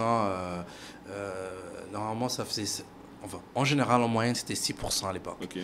Donc 3%, 3% d'un côté et 3% de l'autre côté. D'accord, ok. Donc sur 300 000 €, qui est le prix du bien que le vendeur veut, donc ce qu'on appelle nous en France le prix net vendeur, ce que lui veut avoir dans sa poche, c'est 300 000. Donc à ça, on rajoutait 3% pour l'agent immobilier du vendeur et 3% pour l'agent immobilier de l'acheteur. Voilà, et dans le passé, c'est le vendeur qui payait tout ça. Et c'est le vendeur qui payait les 6%. Les 6%. D'accord. Et quand tu dis dans le passé, ça a évolué aujourd'hui? Cette année, en 2024, en juillet, la loi a passé aux États-Unis et c'est une question de conversation entre les deux parties. Donc ça veut dire que la commission c'est illégal, on ne peut plus mettre la commission sur le net. Ça veut dire qu'il y a toujours une commission qui va être payée, mais c'est que tu dois avoir la conversation avec l'agent immobilier du vendeur. S'il dit, écoute, on ne paye pas 3%, on paye 1% ou on ne paye rien, tu recours à mon acheteur, je te dis, ben, écoute, il n'y a pas de commission, est-ce que vous êtes capable de me payer 3% ou 2% ou 4%? Donc voilà, là maintenant, c'est juste question de conversation maintenant. Et ça, c'est partout dans les États-Unis ou c'est que au Texas? Partout aux États-Unis. Ok, donc si je comprends bien, les 6% avant de commission et pour l'agent immobilier du vendeur et pour l'agent immobilier de l'acheteur étaient payés entièrement par le vendeur. Par le vendeur. Maintenant, c'est une discussion. C'est-à-dire qu'il n'y a plus de commission officiellement. Voilà. C'est au vendeur, à l'acheteur de discuter et du moins les agents immobiliers, acheteurs et vendeurs discutent de qui paye quoi, comment il paye, est-ce que le vendeur va payer, si oui, combien, est-ce que l'acheteur va payer, si oui, combien, c'est ça? C'est vraiment de la discussion. Voilà, c'est une discussion, mais tout en sachant que les clients sont plus importants. On cherche par la commission. La première chose, c'est d'abord que les clients soient satisfaits. On trouve la maison, on donne le papier, tu signes un contrat. Si tu es intéressé, avant de signer, on discute niveau commission. Ben, la première chose, c'est d'abord trouver ce que le client cherche. Et voilà, et puis on passe à la conversation sur la commission, en fait. Ok. Ouais. Et moi j'ai eu de la chance de t'avoir dans mon réseau, hein. Tu m'as été recommandé, mais pour quelqu'un qui n'a pas accès justement à un réseau aux États-Unis et qui ne connaît pas d'agent immobilier, bien évidemment si vous voulez les contacts, comme je l'ai déjà dit, on partagera tes informations, mais pour quelqu'un qui, voilà, from scratch veut commencer et n'a pas du tout d'infos, comment est-ce qu'on rencontre un agent immobilier? Et peut-être pour compléter ma question, parce qu'il y en a aussi énormément aux États-Unis, comment on peut savoir qu'un est plus sérieux qu'un autre? Ça, c'est par contre aux gens et les locaux. C'est facile. Hein. C'est comme un entretien en fait. Oui. Tu discutes avec la personne, avec l'agent. Écoute, si tu décides d'acheter une maison aujourd'hui, Joël, tu m'as posé un tas de questions. Et je pense que toi, c'est parce que tu as plus d'expérience dans l'immobilier. Mais même expérience ou pas, je pense que dans la vie courante, si tu veux vraiment intéresser à acheter quelque chose et à faire quelque chose, parce qu'on parle d'investissement de 300 000 $, c'est pas 30 $.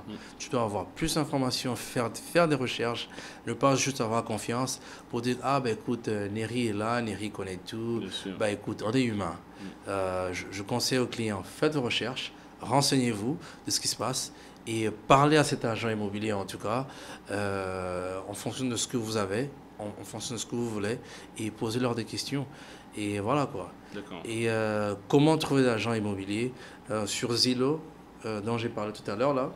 Et souvent la maison que tu vois, et la personne qui est là, le nom de l'agent, c'est l'agent, c'est le vendeur. Donc voilà, c'est l'agent du vendeur. L'agent du vendeur. Mais vous avez toujours besoin, aux États-Unis, tu ne peux pas faire un contrat juste avec à l'achat du vendeur. Il doit avoir l'agent du vendeur et toi qui veux acheter, tu dois avoir ton agent. Ça, c'est une obligation légale. C'est une obligation. D'accord. Et si tu n'as pas un agent qui va t'accompagner jusqu'à la vente, tu demandes à l'agent, le vendeur, il peut représenter les deux. D'accord. Il peut faire vendeur et acheteur. Et d'ailleurs, comment on sait qu'un agent est expérimenté? Est-ce qu'il y a des licences, des diplômes que vous passez ici? Est-ce qu'il y a une formation spécifique? Comment est-ce qu'on se maintient à chaque fois à l'affût aux dernières actualités en tant qu'agent immobilier? Voilà. Et je pense que pour savoir si l'agent est vraiment expérimenté, c'est quand même difficile de savoir si vous posez pas des questions. Vous devez lui poser des questions. Et ça, c'est déjà un. De deux, c'est déjà un métier de noble, comme je t'avais dit aux États-Unis. Enfin, au Texas, par contre, tu as besoin de 180 heures de classe pour devenir agent immobilier au Texas. Donc, c'est un État où tu ne peux pas venir de New York ou d'Atlanta ou de Los Angeles, venir au Texas, dire « Ah, ben, je vais devenir agent immobilier. » Je veux transférer. Non, ça ne se fait pas. Parce que les États comme New York, tu as juste besoin de 3 heures de classe, tu es agent immobilier. À Atlanta, tu as besoin de 80 heures, tu es agent immobilier, et ainsi de suite. Exact, c'est 180. 180. Et j'étais en Espagne, ça c'est juste en parenthèse, en Espagne, tu n'as pas besoin de licence. Ici, tu dois prendre des classes intensives, tu dois connaître sur les finances, comment est-ce que les banques, comment ça se passe, sur les immobiliers commerciaux, tout et tout. Quand tu as des clients qui te posent des questions sur ça, quels sont les avantages que les clients ont à l'achat, au niveau impôt. Donc, c'est toutes les classes que tu dois prendre. Et non seulement que tu prends ces classes chaque 2 ans pour pouvoir maintenir ta licence. Au cas contraire, tu la reprends à zéro. Prendre les 180 heures et reprends l'examen d'État. Super. Voilà, c'est un peu ça. Très bien. Et puis, si on parle de toi personnellement, quels vont être tes objectifs, les prochains, à titre personnel, à titre professionnel? Est-ce que tu imagines créer ton agence? Est-ce que tu continues les investissements? Quels sont tes projets? Déjà, c'est l'une des raisons pour laquelle je suis resté basé ici à San Antonio. C'est parce que j'ai vu il y a tellement d'opportunités. Pour un investisseur, pour un jeune, pour un étranger, je dirais aussi. En tout cas, il y a d'opportunités pour tout le monde. Il faudra juste, comme on dit, grasp the opportunity. Donc, quand tu vois l'opportunité, sauter dessus et ne pas laisser l'opportunité passer. Et moi, je continue dans les immobiliers parce que, comme on dit en comptabilité, c'est ce qu'on appelle de long-term assets. Ce sont des assets qui ont plus de valeur dans le futur à la revente. Ça ne perd pas de valeur, les terrains ne perdent pas de valeur comme vous connaissez. Et mes projets, c'est dans le futur, me lancer maintenant, pas seulement commercial, mais aussi acheter des immobiliers où je pourrais faire des residential care homes.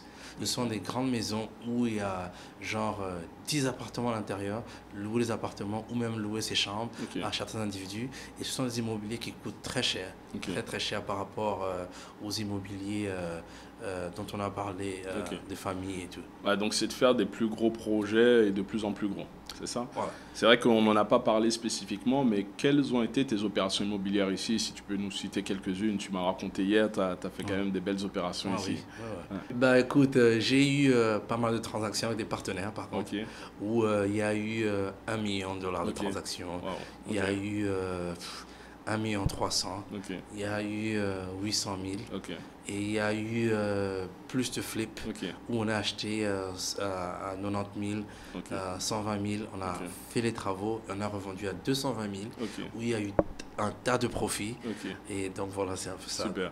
Et au Texas toujours ou dans d'autres États aussi? Alors on a commencé par l'État du Connecticut, Ok. au Connecticut, où c'est là où j'ai pu quand même Commencer beaucoup tes apprendre. premières J'ai armes. commencé mes premières actions avec mon partenaire, Ok. qui m'avait quand même appris, montré quand même le chemin Ok. et comment ça se passe. Et de là, on a repris le chemin, on a continué au Texas Ok. et on a investi quand même pas mal d'immobilier au Texas aussi. Super. En tout Ouais. cas, merci de nous avoir partagé tout ça.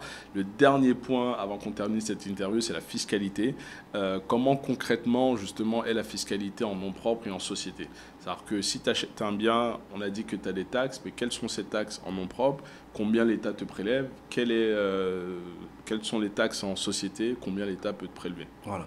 Alors, en tant qu'investisseur venant de l'étranger, tu as déjà, tu sais comment ça se passe, tu as la loi fédérale et la loi de chaque État où tu vis aux États-Unis. Oui. Alors, parlant du Texas, tu as San Antonio, particularly, tu as un niveau d'impôt qui est moins élevé par rapport à Houston, on est voisin, qui est à Ok. 2 heures d'ici, et à 2 heures et demie.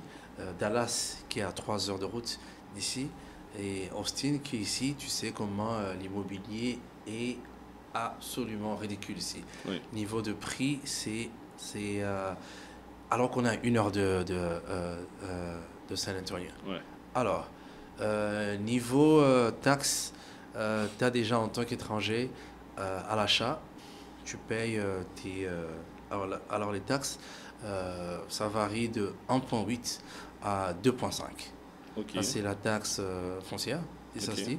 À l'achat, tu payes comme tout le monde. Si tu dois payer tes 2 derniers mois de l'année, on fait le calcul, on fait un prorate, Ok. tu payes la différence. Ok. Un Et prorata. maintenant, alors, à la revente, le problème qui se passe, c'est vu qu'il y a eu plus d'étrangers, et j'ai appris ça ce matin, il y a mon broker qui m'a parlé de ça, il y a plus d'étrangers qui sont venus dans le passé, ils ont acheté, ils ont fait de bénéfices, ils ont vendu, ils sont repartis dans leur pays, ils n'ont jamais payé d'impôts. C'est vrai? Ah ouais. Ok. Et les États-Unis, l'État fédéral bien sûr, ils se sont dit non, non, non, non. C'est fini ça. Non, non, ça, it doesn't work that way. Alors, en tant qu'étranger, tu viens, t'achètes, tu fais tes travaux, il n'y a pas de problème, tu payes les impôts comme tout le monde au Texas, entre 1,8 et 2,5. Pourquoi? Ça dépend des quartiers. Ok. Et voilà quoi. Ça, c'est la taxe foncière. La taxe foncière, ouais. Alors, il y a la taxe aussi que tu dois payer à la vente. Ok. Pour le capital gain, Ok. tu mets ça en français. Oui, le gain de capital, quoi. ouais, Ta voilà. plus-value. La plus-value que tu vas C'est ça. payer. Alors, le calcul, à la fin, lorsque tu vas aller chez le notaire, et le notaire, à la vente de ton immobilier, le notaire va retenir 15% de la vente. Ok. Le notaire retient 15% de la vente. Quand Ça, tu es c'est- non résident. Quand tu n'es pas résident. Ouais. Ok. Il retient 15% et aussi les 1,8 à 2,5, Oui. dépendant de ton quartier. Oui. Donc ça te fait, disons, 17,5% Oui. ou 16%. Oui. Alors, à la fin de l'année, en tant qu'un LLC ou en tant qu'un individu, à la revente de ton immobilier, tu reçois un document qui certifie que tu as vendu ta propriété. Alors ton gain, ce qu'on appelle short term. Parce que si tu la vends moins d'1 an, tu es sujet de payer les impôts.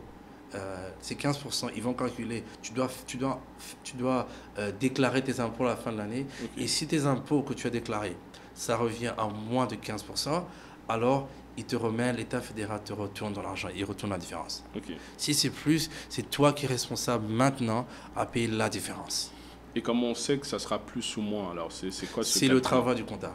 D'accord. Et déjà, en passant, c'est mon travail déjà. C'est ton travail Au aussi départ, de base, je où suis tu fais de la mon travail de comptabilité. base, je fais la comptabilité. C'est notre travail à nous faire des calculs, savoir comment c'est passé, surtout quand on est au niveau de flip, combien d'argent qu'on a mis à l'intérieur, D'accord. qu'est-ce qu'on a mis, Mais est-ce que dépréciation de la maison, tout et D'accord. tout. C'est très important tout ça. Je comprends. En fait, l'idée, c'est d'avoir en fait les points qui permettent d'influencer. C'est-à-dire que, par exemple, si l'État fédéral bloque 15% pour ton imposition à venir, hein, Oui. c'est-à-dire que tu achètes un bien, on attend 1 an pour que tu déclares ton bien, même si tu as revendu dans l'année, ils bloquent les 15% et quand tu auras déclaré, ils verront si c'est plus ou moins 15% pour soit te rembourser la différence, soit tu payes le surplus. Tu peux le surplus. Ça, j'ai compris. Par contre, qu'est-ce qui fait en sorte que ça peut être en dessous des 15% ou au-dessus des 15%? Tu me dis, c'est différents paramètres comme la valorisation du bien, les travaux que tu as faits, voilà. Mais est-ce que, par exemple, de faire plus de travaux diminue ton imposition par exemple, en France c'est le cas, est-ce que par exemple d'avoir revendu au-dessus d'un certain montant et d'avoir une grosse plus-value fait gonfler ton imposition, est-ce qu'il y a des paliers? Est-ce que tu peux en dire plus? Écoute, ça sont tes chiffres, hein. Ça dépend de ce que ton comptable a trouvé, ça dépend de ce que ton comptable a pu faire comme calcul. Si tu as, disons, partons sur la base de 100 000 $. Tu achètes une maison, on a vu des maisons avec toi, 99 000, 89 000, disons, on a chiffrant 100 000. Et que tu dis, ok, je veux, en fonction des comparaisons qu'on a fait, les maisons dans ce quartier a été vendues, disons, à 250 000 $.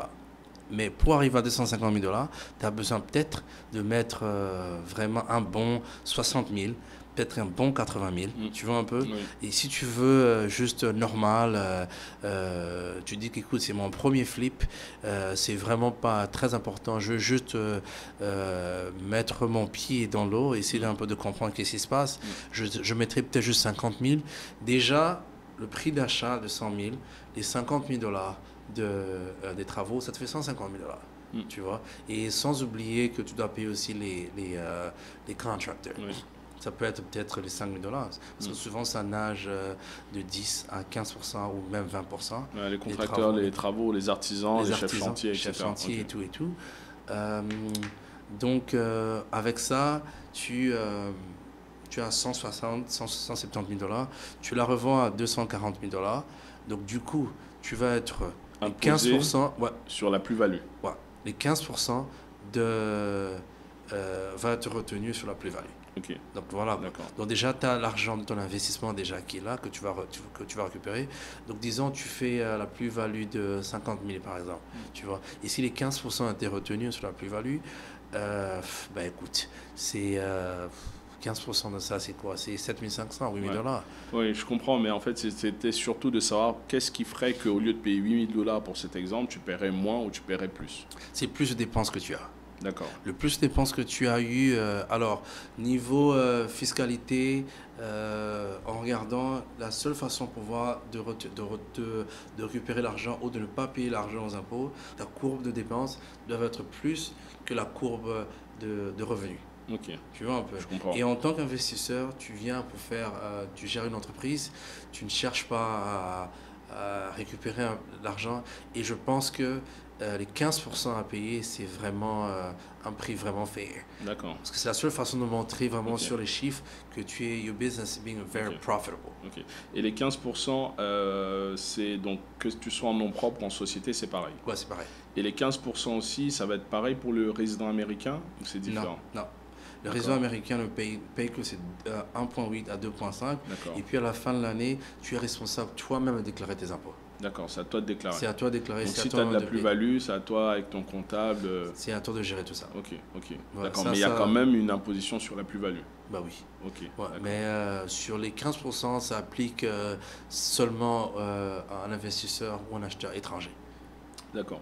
Est-ce qu'ici, il y a la notion de résidence principale? Par exemple, en France, bon, peut-être de moins en moins, ça sera le cas, mais l'idée, c'est qu'aujourd'hui, en France, quand tu achètes une résidence principale et que tu la revends, tu peux dire, en gros, que c'est ta résidence principale, tu as habité dedans et tu n'as pas d'imposition sur la plus-value. Tu comprends? Non. Non, il n'y a pas ça ici. D'accord. Donc, alors, même ici, si c'est ta résidence principale, si tu fais de l'argent dessus, tu payes de l'imposition. Ici, la loi des taxes, par contre, c'est 1 an. Si tu vends ta maison, 2 ans. Si tu vends ta maison en moins de 2 ans, et tu as résidé dans ta maison pendant 2 ans, et que tu as vendu en tant que, disons que tu es célibataire, toi. Tu vends ta maison, tu fais un profit de 100 000 $. C'est un exemple, parce que je suis marié. C'est un exemple. Il est marié. Alors, si tu fais un profit de 100 000 en tant que célibataire, du coup, tu ne payes pas d'impôt sur ces 100 000. Parce que tu as résidé dans cette maison pendant 2 ans. D'accord. You met the deadline, les 2 ans, et 100 000 $, tu ne payes pas pour ça. Alors, le maximum pour un individu qui fait ses impôts et qui vend sa maison, le maximum où ne pas payer les taxes, c'est 250 000 $. Quand vous êtes marié, married filing joint, c'est 500 000 $. D'accord. Donc il y a des plafonds en dessous de 250 000. Tu ne payes pas, par exemple, d'imposition si tu es resté 2 ans. Quand tu es célibataire. Quand tu es célibataire et tu es resté 2 ans dans ta maison. Voilà. D'accord. Et quand tu es marié, vous faites vos impôts ensemble, vous faites les taxes ensemble, vous avez vendu 250 profil 250 000 $ parce que vous avez fait vos impôts ensemble, vous ne payez toujours pas de taxes parce que votre maximum, votre plafond, c'est 500 000 $. Entendu, très bien, c'est très clair. Est-ce qu'il y a un site internet où on peut retrouver ces informations-là? Ah, bien sûr. C'est le site irs.gov, irs.gov. C'est un site de gouvernement où, où tu vas trouver toutes les lois niveau impôts. Mais je conseille les gens à contacter soit un expert comptable, comme moi, contacter un expert comptable ou un comptable en général qui s'y connaît vraiment sur la loi américaine sur les impôts. Ok, parfait. Bah écoute, merci encore pour cette vidéo. Pour terminer, quel conseil tu donnerais à une personne qui rêve de se lancer dans l'immobilier et donc soit comme investisseur, soit comme un professionnel dans le domaine? Qu'est-ce que tu peux leur conseiller? Très facile, il est temps. Je pense que sur tout business, il y a des risques qui sont impliqués. Donc tout ce qu'on fait, soit l'investissement dans le marché boursier, l'ouverture des magasins, ou donc tout ce qu'on fait dans la vie en tant que business, il y a toujours des risques. Mais je pense qu'il n'y a pas de même, il y a moins de risques dans l'immobilier en tout cas. Ce que tu achètes, il n'y a rien que tu peux perdre. Tu peux toujours facilement louer ta maison ici à San Antonio, tu peux toujours faire un Airbnb ou tu peux toujours la revendre et soit récupérer le bénéfice sur le surplus de ta vente ou voilà, récupérer l'argent que tu avais mis pour un down payment pour acheter la maison. Donc je dirais que c'est la façon la plus facile de garder ton argent et aussi augmenter ta richesse en tout cas, c'est l'immobilier. Ok, voilà. Donc tu encourages les gens à investir dans l'immobilier, peu importe où ils sont, et en tout cas notamment aux États-Unis. Notamment aux États-Unis. Super. Bah, on va finir sur ces belles paroles. Merci à toi. Merci à toi aussi pour les visites d'hier, le temps que tu as pris pour moi. Très intéressant, j'ai appris beaucoup de choses là sur ces 2 jours. Comme je t'ai dit, on va en discuter hors caméra de comment continuer à avancer ensemble. Et donc merci à vous d'avoir regardé cette vidéo. Pour tous ceux qui ont aimé la vidéo, n'hésitez pas à la liker, n'hésitez pas à la partager pour ceux qui sont intéressés par l'immobilier aux États-Unis, notamment au Texas. N'hésitez pas à mettre en commentaire aussi vos questions pour que je puisse y répondre. Si vous voulez encore une fois des contacts ici, que ce soit des agents immobiliers, des banquiers, des investisseurs, on fera le nécessaire pour vous mettre en contact. On est là aussi pour alimenter cette chaîne en informations pertinentes sur l'investissement aux États-Unis. Et puis en France et partout ailleurs, l'idée c'est vraiment qu'on puisse vous apporter de la valeur sur de l'investissement en immobilier de façon générale. Donc si ce type de contenu vous intéresse, abonnez-vous à la chaîne pour ne manquer plus aucune de mes vidéos. Merci encore à vous, bon investissement à tous, ciao, bye bye.